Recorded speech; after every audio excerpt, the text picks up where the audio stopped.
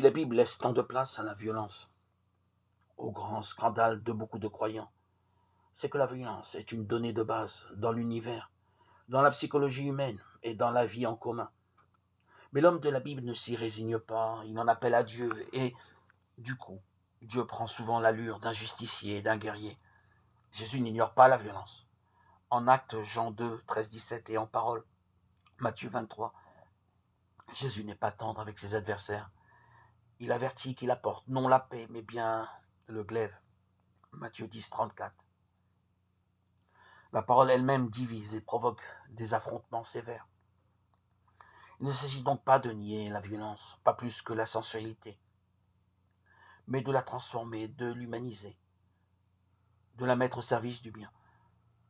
Comment transformer cette agressivité facilement destructrice en un sentiment de force, attaché à ses droits et respectueux des droits d'autrui?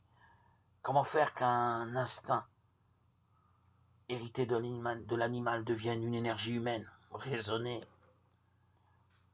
et constructive? Le problème est de savoir se défendre contre la violence mauvaise. L'Évangile semble condamner la légitime défense, Matthieu 5, 38, 42. En fait, l'Évangile s'attache d'abord à indiquer le but dernier, l'horizon des luttes humaines. C'est la réconciliation et la paix, Éphésiens 2, 13, 17. Quant aux moyens employés ici et maintenant pour atteindre ce but, l'Évangile ne dicte rien de précis. Il y aura des cas où il faudra prendre les armes.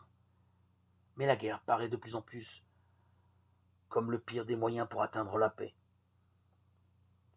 Les formes de lutte non violente sont parfois très efficaces, parfois très peu.